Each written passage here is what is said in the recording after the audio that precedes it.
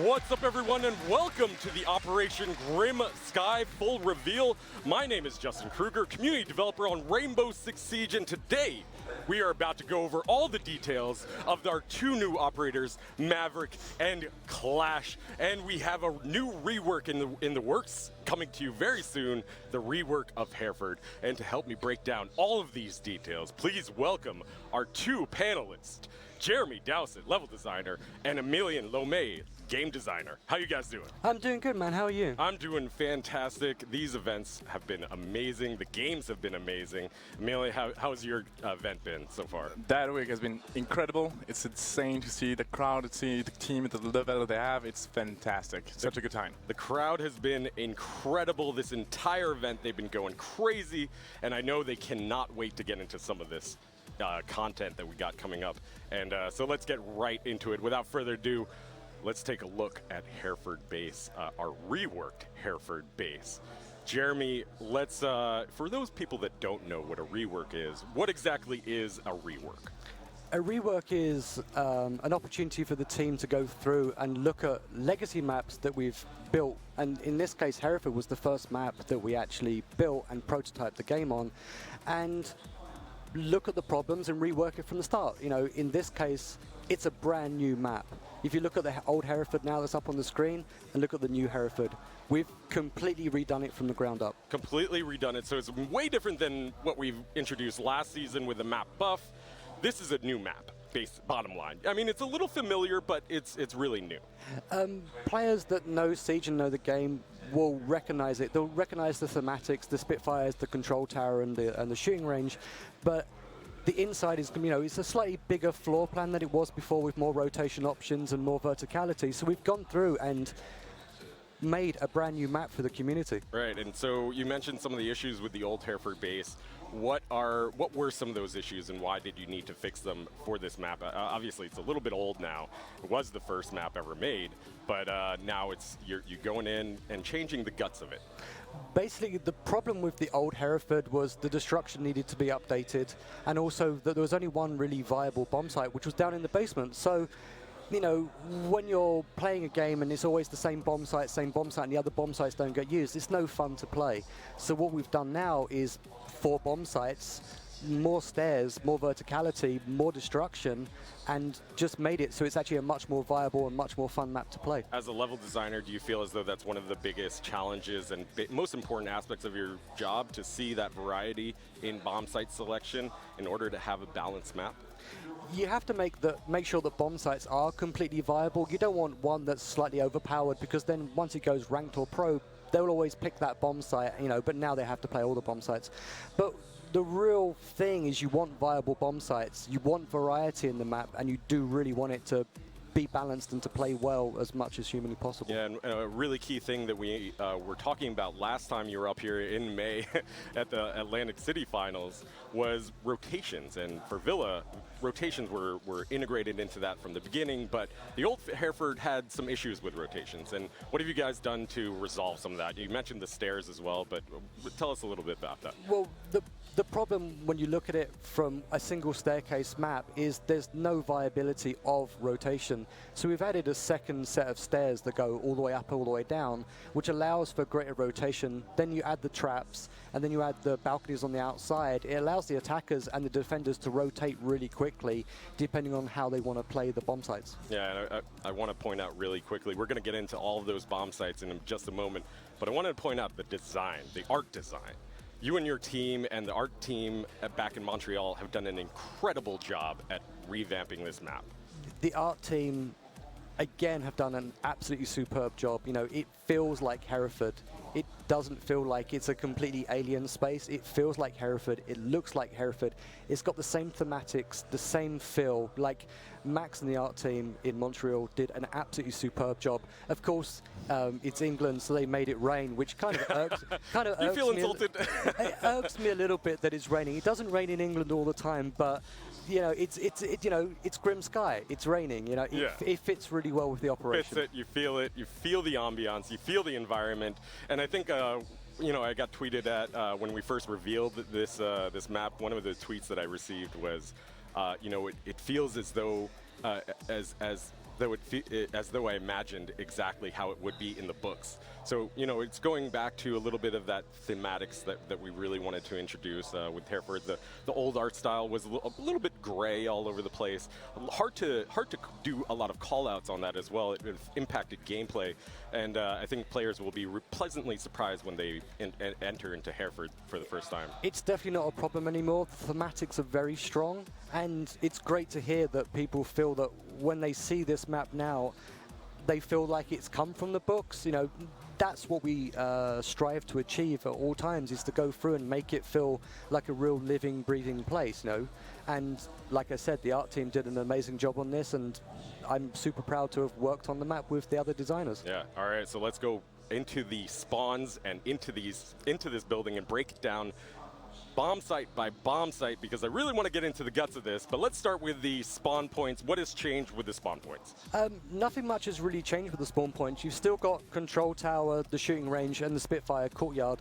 So that will feel very familiar to anyone that's played Hereford, and hopefully the entire community has. So nothing's really changed. The approaches have changed.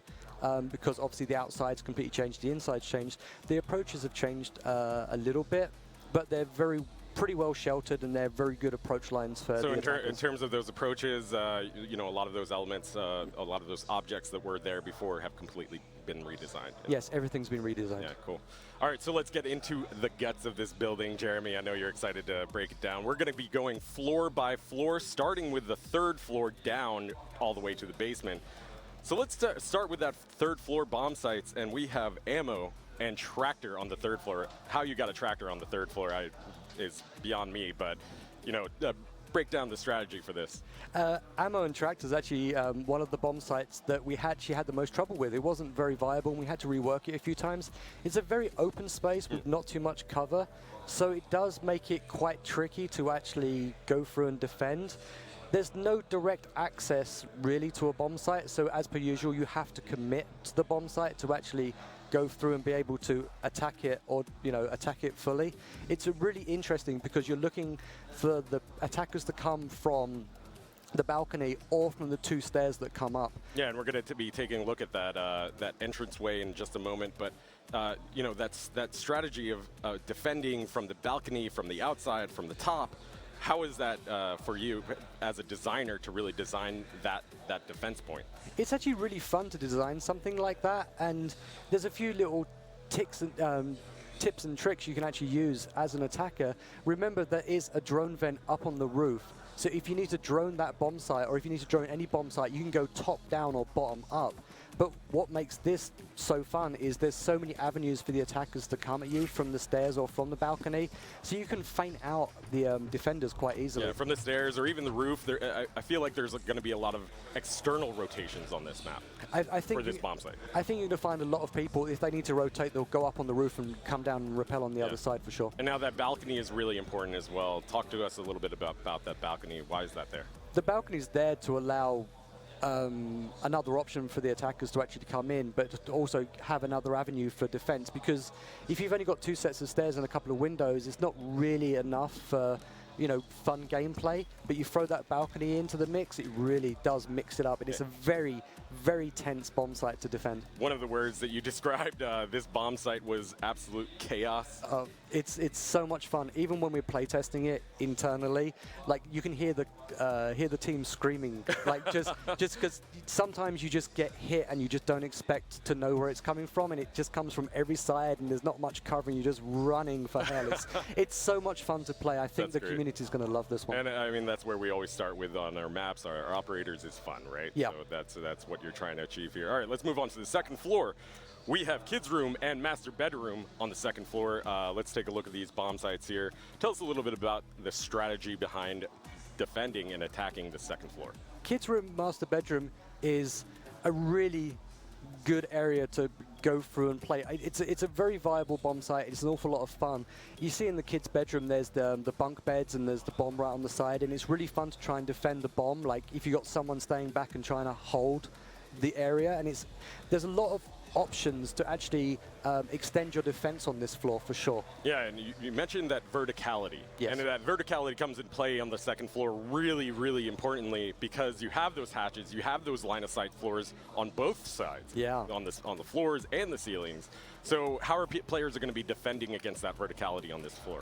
It's a tricky one. I haven't quite figured it out myself yet, but you'll generally find people there are areas that aren't actually destructible floor, and you'll find a lot of people will be rotating through those areas, knowing that they've actually got a little safe passage for a period of time. But you can get shot, like you said, from above or from below, so you're never really safe. Yeah, I think that's one of the key things on this new rework is that verticality, and we'll see it throughout the map entirely on that third floor, on that second floor. And now let's move on to the first floor, where we have kitchen dining room. Tell us about the strategies that you'll see on kitchen dining room, and what has changed on the first floor, Jeremy? Okay, what's changed on the first floor is there was that massive choke. That massive hallway where you have the choke point at the entrance and the choke point at the stairs, and chaos in the middle. So is that still there? No, that's not there anymore. Okay. We've the entire floor plan for the entire map has changed, but obviously you don't want choke points when you're designing a map, so we've taken as many of the choke points as you can actually out of the map. So the corridor's not straight. You've still got quite good line of sight. Playing with a mirror wall is actually really quite fun. Well, actually, on all the bomb sites is really fun. But I find that playing a mirror on this site is really nice, and because you can destroy the walls between the two bomb sites, it allows for really fast rotations. But it is the ground floor, so you've also got the problem of you're defending the windows because the attackers can get to you really quickly, or they can just come through the basement up the stairs. Yeah. So it's one of those bomb sites that it's really fun to play, but you need to get your strats down really well to figure out what you're going to do, and communication is key. Speaking of coming in through the basement, let's take a look at our basement map, or basement bomb sites, where we have brewery and fermentation room.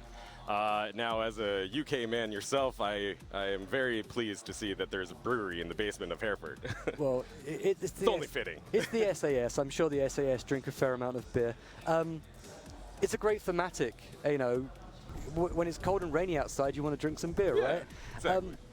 Basement's really fun. There's a couple of big objects for the fermentation tanks that are bulletproof. So you've got a long line where you can actually shoot through and go back and forth, which is really nice. And one of the key things is we're taking a look at the tunnel right now, which is a new addition. Why did you add this tunnel? What is so key about this? If you put a basement in the ground and you've only got two sets of stairs, it's not fun because you know exactly where the attackers are going to come from. They're going to come from the stairs. So you can't do that because it won't be fun, and then we'll have the same problem again with the original Hereford, which is they're only going to play the one viable bomb site because it's easy to defend. Right. You add the tunnel on the outside, and then you add the garage, which is off on the side as well. It allows the attackers to actually have more ways to actually enter the building, and it makes for a much more interesting defense as well. Much more interesting defense and a much more interesting map because you have that access point and people can enter it, the attackers can enter it through the basement to attack the first floor, and they can use it as, of course, on that basement approach as well, but that becomes so crucial. Of course, it's one of those things where, when you watch the pros plays and you watch ranked level players play, you watch them droning a lot of the time, and this map allows for droning from the basement, so you can go through and check for the roamers, and it allows from roaming from the top as well, so you can actually come down with your drone from the roof, and you're in relative safety on the roof, and you're in relative safety outside when you're down by the basement as well. So it allows anyone that's playing a roaming game and a droning out game to actually allows them a lot of options for sure. A lot of options, a lot of creativity, a lot of strategy that I'm sure we'll see once this hits the test server. But before we close out Hereford, what are some of the key takeaways that you want the community to know about? The most important thing when you approach this map is remember it's a brand new map, but the two stairwells are definitely key. The drone vent on the roof and definitely the balcony on the side, because they're the three elements that are really going to allow players to actually get in and explore the map quickly and get to their objective fast. Why did you feel it's so necessary to add that second stairwell? It's mainly for navigation and flow. You know, when we design maps in Montreal, we look at navigation, flow, verticality, and viability of bomb sites. One set of stairs isn't enough for navigation and flow, and it doesn't allow for very good rotations. So obviously you need to add a second set of stairs. Now, when you've got two sets of stairs, you're essentially creating two choke points where you can get stopped quite quickly. So if you add the balcony as another option, you know, it allows people to run around and roam much easier. So it allows the verticality in the roaming game to be much stronger. Yeah, and of course, as we also wrap up with the balcony becomes that amazing, amazing external approach for the attackers and a nightmare, potential nightmare for the defenders as well. I wouldn't say nightmare. I'd say it's just it's kind of fun because when you get it right, it feels so good. So good. But when you're slightly off your game and you're not hitting your shots, yeah, it can lead to a world of pain very quickly. That's for sure. The attackers can utilize that approach and get cut off or get a frag in the early game as they're picking off the defender in that area, guarding that area. They can really utilize that and take that to their advantage. It's really interesting, and I'm really looking forward to seeing the way the strats come out and the way people play the game. I've been watching people in the free play area playing the map, and it's really interesting to see what they're doing on the map because it's beautiful. I've heard incredible feedback from everybody that I've talked to here at Paris about the map, about the operators, and we'll get to the operators in just a moment. But that is your first look at Hereford Base. I'm so excited for players to discover that balcony, discover those stairs, discover the verticality, and fewer spawn peaks as well. Oh, yeah. Which I'm sure Amelia is very sad to hear. Oh, there's definitely less spawn peaks for sure. Like, you know, we shut those down pretty early in production because yeah, no one likes spawn peaks and no one likes to get killed at the spawn point. Oh, Amelia loves spawn peaks. Let's be honest. He spawn peaks everyone. Well, that is your first look at Hereford Base, coming your way to the test server on Monday, August 20th. That's tomorrow. You'll get to play this tomorrow on the test server on PC. So without further ado, let's get into our operators. We have our two new operators, Maverick and Clash, and to introduce them, let's take a look at this quick video from Ubisoft News. In Operation Grim Sky, things are heating up and getting electric as two new operators, one attacker and one defender, join Team Rainbow, where they'll put their training to the test on a completely reworked Hereford base. The gentleman quietly burning a hole through this reinforced wall is Maverick. A 1-armor, 3-speed operator, Maverick comes equipped with the Surrey Torch. Unlike Thermite and Hibana, who were able to make large holes in reinforced walls, Maverick is able to burn his way through barriers and create holes of various sizes.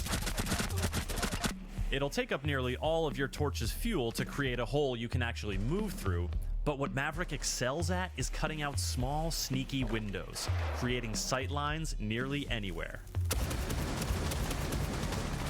The Surrey Torch is able to melt just about anything, like breakable walls, reinforced walls, castle barricades, deployable shields, floor hatches, Maestro's evil eye, and even defending operators. This is one of the most dynamic gadgets around, capable of melting holes of many shapes and sizes in the defending team's reinforcements. Any attacker can take advantage of Maverick's handiwork, but with the new AR-1550 or the M4 assault rifle in hand, he does just fine on his own. Maverick's torch is handy for eliminating enemy gadgets as well. Play peekaboo with bandit batteries and mute jammers to clear the way for Thermite or Hibana, or just open a little door for Twitch's drone to roll through and take care of business. For bigger holes, you'll need a steady hand. Move across a wall too quickly and the torch won't have enough time to cut through. Too slowly and you'll waste your limited fuel supply. Aiming down sights will help you maintain a consistent speed while ensuring those crisp, clean cutouts. And while it's not completely silent, Maverick's torch is pretty quiet, opening up possibilities for stealth, subterfuge, and so many deadly new sightlines. Defenders will have to be extra vigilant against small breaches, but Maverick needs to stay sharp as well. The Surrey Torch isn't much of a weapon, and its 2-meter range leaves Maverick vulnerable while he's crafting his latest work of art. A quick call out from a defender could leave you vulnerable to a flanking attack, so be sure to deploy that claymore wisely. Or you could use it deviously, planting it by a small breach hole as a trap for careless enemies. With all these new holes appearing in your defenses, it's nice to have a defender who offers some extra protection. That defender is Clash, the first shield-bearing defender in Siege. Her indestructible CCE shield covers the entire front of her body and comes with a built-in taser that slows and damages enemies within range, making her a formidable obstacle. Her taser operates on a charge and will refill whenever it's not active. Mind your battery level though. If you drain the shield's charge completely, you'll have to wait until it fully recharges to use it again. To whip out her sidearm weapons, Clash has to put her shield on her back, where it will still offer some protection, just like other shields do. She can certainly get a kill in a pinch, but her main focus is crowd control. As a former riot officer with the British MPS, Clash is no stranger to close quarters action. Slowing down the attack makes the clock work in your favor, while drawing your enemy's attention has the added benefit of making them more susceptible to flanking attacks from your teammates. And let's not forget one of the most powerful things a shield can do: block enemy fire. Has that pesky Maverick cut a hole into a reinforced wall and exposed your entire team? Plug it up with Clash. Sometimes physically blocking an enemy's progress is your best play, but don't be afraid to use your protection to your advantage. With 3 armor and 1 speed, Clash might seem like the furthest thing from a roamer, but her shield allows her to be in spaces where defenders normally fear to tread. Stroll outside for some early game scouting, and use your map knowledge to roam in areas where attackers can't easily get behind you. Your P10C or SPSMG sidearms mean enemies can't safely turn their back on you. But even with your shield up, you're not invincible. Thatcher can temporarily disable the taser with his EMP grenades. And Capitão's asphyxiating bolts can do serious damage to the slow-moving Clash, even with her shield equipped. Furthermore, Clash cannot melee with her shield. In fact, if an enemy manages to melee her, or if she gets hit with a concussion grenade from Zofia, she'll drop her guard momentarily and be partially exposed. But Clash is not one to be vulnerable for long, and getting through her stalwart defense will prove to be a tall order. Operation Grim Sky is set to seriously shake things up on both sides of the conflict. For more on Rainbow Six Siege, subscribe to our YouTube channel and be sure to check out news.ubisoft.com.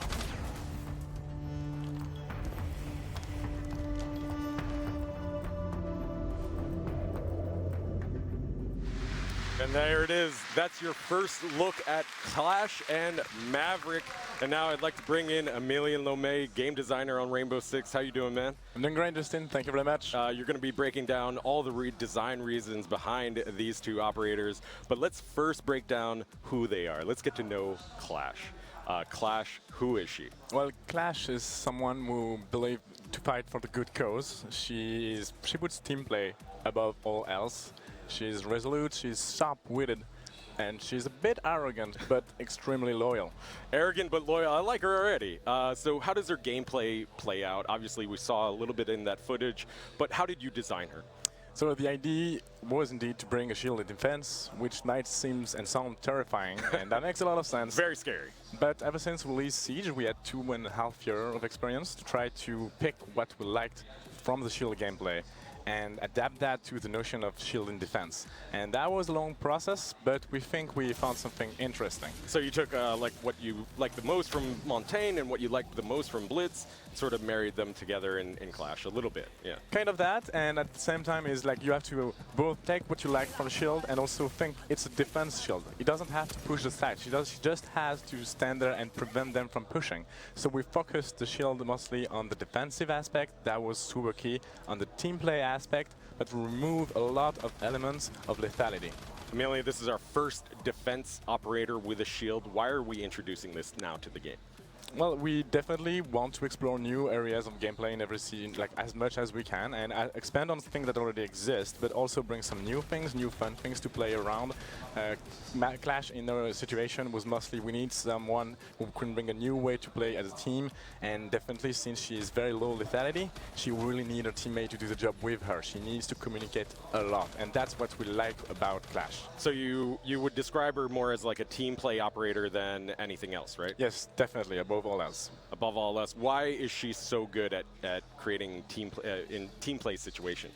Well, we do believe that even though she's 3 armor and 1 speed, and she's carrying a shield, so she's fairly slow, but the way we see her play, at least in the early round, is to move around the bomb site, move around the map, and collect information, because she's so resilient that she can access places that others cannot. However, if she gets too far away from her teammate, since she's not capable really to defend herself that well, she will be very, very weak with the enemy team. So she needs at the same time to be very well aware of the position of the enemy and her teammate. Right, so because she has low lethality, she needs a little bit of backup, a little bit of support before she pulls out her weapons. And I mean, looking at her, she really is strong at gathering that intel, as you mentioned. Would you sort of describe her as like a roaming anchor?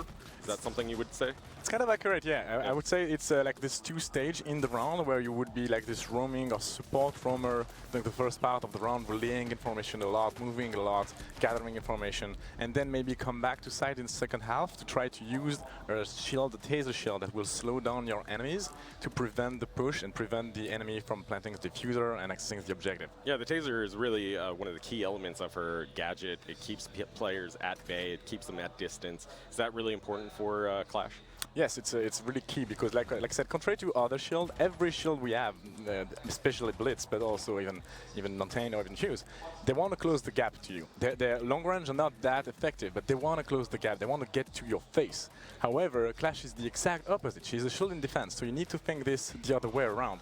She will do everything in her power to prevent you from making to close range, because she's extremely weak at close range. She will try to do the exact opposite, and new player that will discover Clash after playing other shields will need to get that in the mind as well. When they see Clash, do not run away. Try to close the gap. Try to rush her, try and close that gap in order to get that melee off so that you can have that semi-guard break. Now, you mentioned, circling back a little bit, you mentioned team play. That is one of the key aspects of Clash. How do you think she's going to fare in competitive play here? I'm very curious about that. To be honest, it's always extremely difficult to plan what's going to happen in Pro League. Since she requires a lot of team play, I do expect to see her.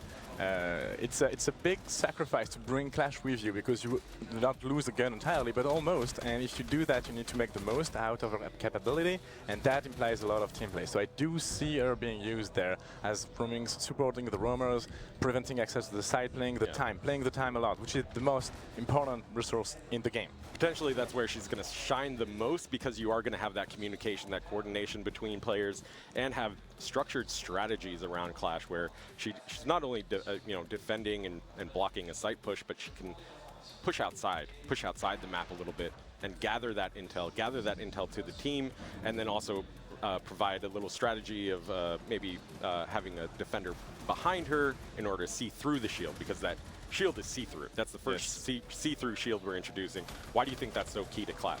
Well, the see-through aspect of the shield is really interesting. It gives the defender, it's not like a mirror in the sense that you see through both ways, but still it kind of is this movable mirror that you can move through the map with the Jaeger behind and get some kills. So this is the first aspect. Second aspect is a very big shield, and it's terrifying. The psychological effect of seeing Clash will refocus the attention of the attacking team on them. And this is where team play comes back here, because as soon as the attention is focused on you, now is the time for Ella and Jaeger and anyone free speed around to get the kills against the attacking team. Right, get that kills from behind her as a, she seems like a really good, solid support character.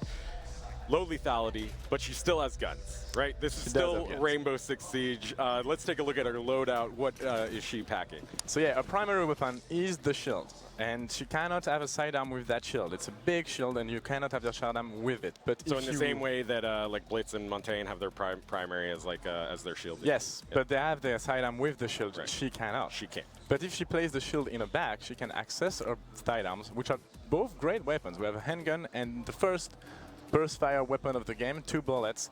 Both of them come equipped with embedded sights, and really good sight, by the way. They will never be as powerful as an SMG, but they can do the job if you're like the last survivor, or if the enemy team realizing that you're not a threat, look away. Yeah. Now is your turn to shine. In a pinch, when you really need to just get a kill, she can pull those out. Yeah. Now let's go on to her secondary gadgets as well, because she has a few very useful ones. Yes, the secondary gadgets are definitely tailored to fit the 2 roles we mentioned. There's this first part of the round where you move around, and then you have the impact grenade that allows you to create holes in your defense to have your defenders run around, or even if you are supported by a roamer, make those rotation on a pinch. Yeah. Second gadgets, more the second part of the round. If you want to prevent the push, you have the barbed wire, which would increase your ability to prevent the enemy from pushing the bombs. That's a really deadly combination there with the barbed wire plus the shock. Yes. That's going to be tough to counter. Speaking of the counters, though, she is counterable. She does have weaknesses. A lot of people came up to me when they first saw Clash. They were like, you know, I think shields are OP. I think they are unbalanced. So how have you balanced Clash? Well, she has, like, again, we had a learning in these 2.5 years of having Blitz running around and all, and now we think that we found some ways to have Clash being very interesting to play, but also not as frustrating to play against. And most of those counter comes from that. She cannot melee you at short range. That's not possible for her. So, but you can. You will trigger this semi-guard break that will move the shield to the side and allow you to shoot her legs. However, that means you need to get to close range. To do that, you can use Thatcher. Because Thatcher's EMP will disable the shield and allow you to bypass the taser part of the shield. Yeah, and we also saw Zofia, and we also saw Capitao as counters. Who do you think is the most, the strongest counter against Clash? Capitao is definitely the strongest. She's slow, she has a shield on top of that, and the Firebolt, if you place it right, you will kill Clash very fast. Capitao is definitely very strong against Clash, but Thatcher and Zofia can do a pretty good job. Yeah, absolutely. So, that is a look at Clash coming your way to the test server very shortly, but let's also take a look at her BDUs that are coming with the launch of Grim Sky. Of course, these BDUs are available with the Year 3 Season Pass. This is a head-to-toe customization, and they look really cool. They're sort of Grim Sky themed and Grim Sky colored, so it's super cool. Her art design is wonderful as well. I love her. She's very beautiful. She's really amazingly badass. Yeah, so you'll be able to play her tomorrow. Another person that you'll be able to play is Maverick. Let's go into Maverick. Who is Maverick, Amelia? Well, Maverick is an enigma within Siege. And within the Team Rainbow, he's solitary. He's very good at reading human mind, though, but it's difficult to know a lot about him. He's very famous for his precise work, though, and his high adaptability. But outside of that, stay as an enigma. He's an enigma of a man, an enigma with his gadget, because that gadget is so cool. How does his gameplay designed from your side? So yeah, the design there was we wanted to bring a third hand breacher to the meta. That was key. But we wanted to make sure that it was very different from Thermite and Ibana. And that was a big challenge. And we came up with this idea that allows Maverick to do a very different role than those two. Yeah. So why, as a designer, as a game designer on Rainbow Six Siege, was it important for you guys to introduce a third hard breacher? Why is that important? There is multiple aspects to this question. One of them, for competitive play, is we introduced pick and ban recently, and despite the fact that they can ban both hard breacher and it rarely happens, we still want to make sure that we have 3 options. That's the one thing. Second thing, even more important to us, is the metal breaching role is a very key role in Siege, and people that play that role have limited options, just 2. And we needed a third one to give them a new aspect of how to approach a bomb site. And third on bomb site, Maverick will be extremely relevant, contrary to the other 2, or in combination with the other 2. His gadget is so much different from them, where Hibana and Thermite have this really binary. It's either open or closed. Maverick has a lot of creativity. What are some of the strategies that you've seen in your play sessions? Well, in practice, we introduced Maverick as a hard breacher. That was the key. But what we see in the gameplay, and it's very true, is he stands between hard breacher and disabler. You have Twitch, Thatcher, Thermite, Ibana, and he's somewhere between the 2. Because you can bring him as your main hard breacher and try to make small holes, or you can bring him with Thermite to destroy the bandit battery, the new jammers, and you can use him with this specific role. Yeah. And obviously, he is an alternative to like a Hibana and Thermite. but he has a lot of those synergies. Yes. And I think we're going to see a lot of that gameplay as well, where people are using either a thermite to distract or again, and the Maverick would then flank around and maybe create a couple of kill holes. Is that something that you are expecting players Definitely. to find? That would be, if you don't use him necessarily as a man butcher, which should be rare, or as a disabler, you have this third option. He's 3 speed, he's fast, and his gadget is fairly silent. So you can just run around and destroy, make some tiny holes in the defense beyond them. And when they're watching thermite blowing up the wall, they're watching the other way, and then you can get some pretty sneaky kills. Yeah, again, for a competitive player, how do you think he's going to play?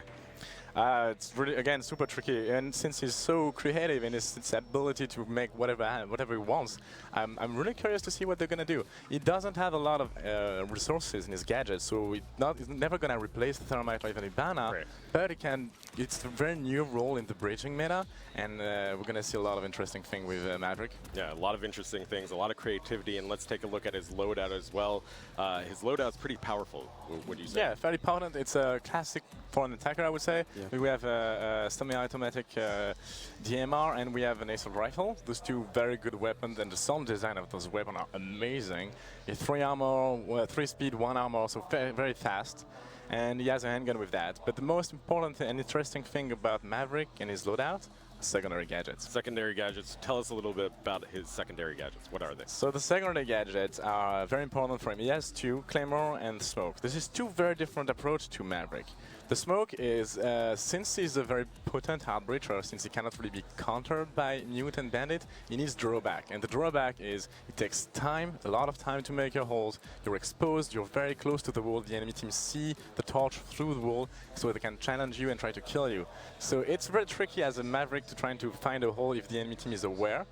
But you can use your smoke grenade. You make a tiny hole, toss the smoke grenade, hide most of it, and then you can finish the job. Or you can have someone peeking that hole, or like a glass peeking through the smoke. Yeah, a Blackbeard at the hole. A lot of options. Oh man, a Blackbeard. Yes. I didn't even think of that. That would be really key. I mean, and also, I mean, he's great counter against Mira as well, as we saw in that trailer where you can have a Twitch drone roll in and pop open those mirror holes. Those have become so important. I mean, we see Mira as like almost 100% pick rate or ban rate as well. Yeah. Those bottom holes at the bottom of the wall are also very key. You can have a drone go there, so Twitch drone, for example, and deal with the Mira. But this is where the second gadget comes into play. You can place the Claymore mine there and create some insanely sneaky traps. Insanely sneaky traps. And now let's move on to his counters. How do you stop him?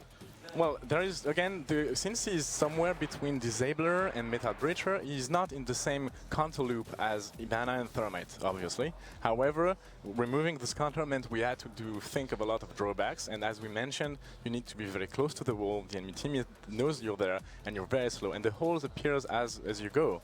So anyone that just peeked the hole can shoot you. Anyone that tosses C4 through the hole, they know you're like 1.5 meters behind it, so you're gonna die with that. Either you need to sneak and do this discreetly, or you need teammate to cover you. Now, Emilian, we're introducing an operator that doesn't have a counter directly from another gadget. There's no bandit, no mute counter. Don't you think it's a little silly that the counter against him is just shooting him in the head? Well, that's the main counter against anyone, to be honest. But I understand the concern. I just encourage the player to play it and see how it goes, in the sense that we were very careful about implementing drawbacks to this powerful gadget. So the drawbacks, the main one being that you can immediately see him when he makes his holes, and so it's a little bit difficult to pull off some of those. And he doesn't have enough resources anyway to make holes as big as Thermite would do, even Bana. So it will be, you can have enough resource to make something that can go through, but it would use most of it, and it will never be this big hole where Montaigne can push from you. Right, you can't create that huge hole for him. Nope. Great, so that is a look at Maverick. Now let's take a look at his BDUs as well that are coming with the launch of Grim Sky. Once again, these are head-to-toe BDUs, customization items that will be day one once Grim Sky launches, and you can get them with the Year 3 Season Pass. So, that is a look at Clash and Maverick coming your way to the test server on Monday, August 20th, tomorrow, which is really exciting. Amelia, before we move on to our next segment with breaking down some features that are also coming in Grim Sky, how would you describe Clash and Maverick in just a few words, just to wrap it up? Well, Well, that's easy actually, because Clash, I use the word a lot, and this is key, and I'm saying it again, team play. Team play, team play, team play. And Maverick, considering the way the gadget function, creativity. Creativity. Creativity. I cannot wait to see what the players are going to come up with, because they're always smarter than us. They find strategies way better than what we do. And there are 35 million. And there's 35 million of them as well who are coming up with strategies. It's really incredible. I cannot wait for you guys to test out Clash and Maverick. But there's also a lot more coming with Grim Sky, and let's break down some of those features right now. The first one being the weapon sight misalignment fix that we covered this in a blog post earlier, but what exactly are we fixing with this weapon sight misalignment? Well, without going into too many details here, it's a fix we've been working on for a very, very long time, and we're very happy that it gets into the game now. Basically, oftentimes when you shoot with a weapon, the middle of your screen and the scope would not be aligned, and sometimes you would feel like, I shot the head, but no, the scope was on the head, but not the middle of the screen, so the bullet missed.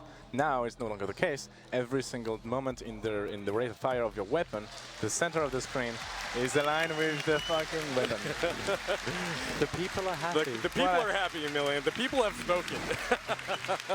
Yeah, finally. We're very happy about that. Yeah. So bottom line, though, the bullet will go where your reticle is pointing. Yes, that's this key part. It's like usually that would not happen all the time, and now it will be 100% the case. Yeah, and I got to ask, this seems like a very important fix that we're introducing. Why did it take so long? It's tricky. The problem is, like, when we see that for the first time, like more than a year ago, we think, okay, let's try to find an easy fix to that. But there was none, and every fix we had to investigate meant going deep down into the systems we have in place in the core aspect of the game, and it was much more heavy and long than we'd expected, and it took a lot of time. We iterate also. We tried a few things that not necessarily worked. This version we're very proud of, and we're confident it will function. We saw a ton of recoil patterns on the test servers, so this definitely took a process. But it's finally coming with Grim Sky. Yes, finally. Yeah, also coming with Grim Sky is the new idle pick. So streamers no longer have to play as recruit when they run away to the bathroom or are getting another drink or whatever. I always see that on stream, and I'm really excited about this change where it'll automatically select a random operator once if you don't select an operator. So yes, that's it's a comfort of life, quality of life.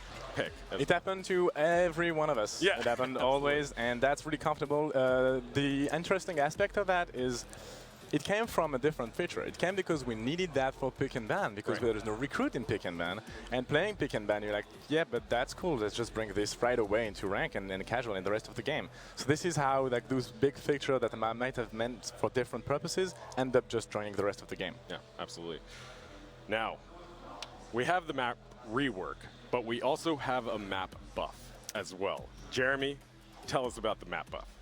Well, everyone knows and loves Consulate, right? Oh, we all love it.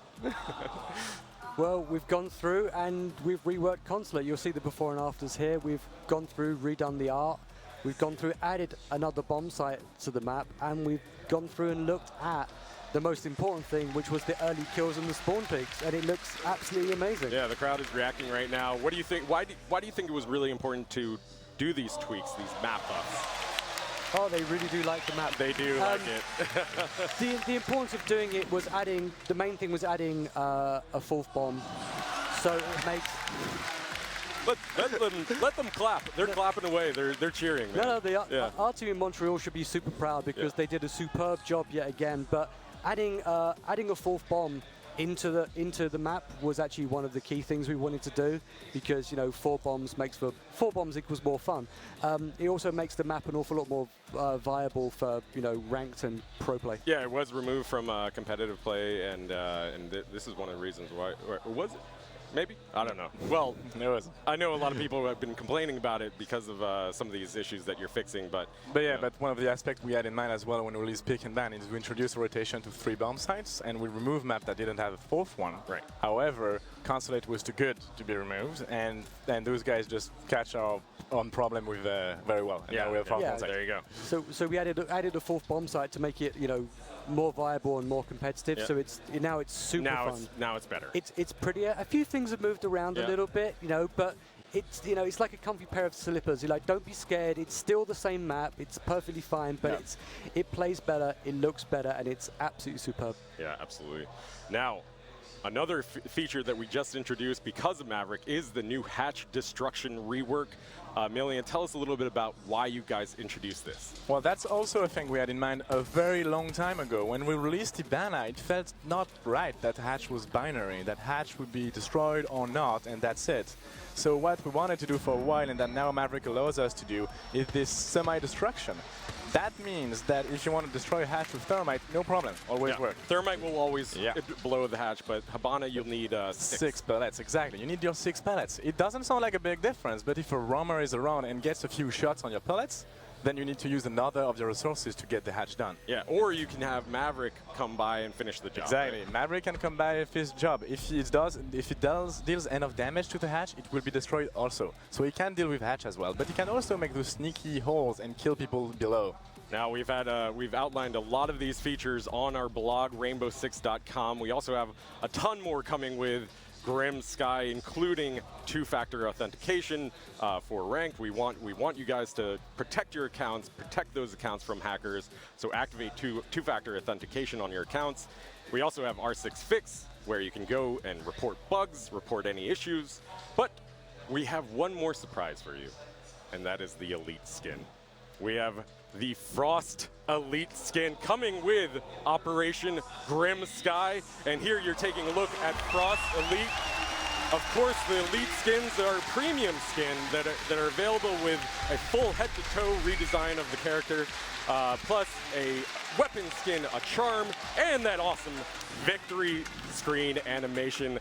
I'm so pumped for players to try that out. And of course, Operation Grim Sky launches tomorrow on the test server, Monday, August 20th. You'll be able to play it. You'll be able to play Clash, Maverick, the new map rework for Hereford. You'll be able to play the new buff for Consulate. I'm so excited, and thank you guys so much for joining me. Jeremy, Emilian, thank you guys so much. Thank you very much. Thank you, Justin. Yeah, That's absolutely. great. Thank you everyone around playing Siege around the world, and thank you everyone in this amazing room. It's fantastic. It's and on stream and everywhere. incredible celebration of Siege, but do not touch that browser. We have a ton more content coming up for you. We have EG versus G2, but first, we have a live performance right after this.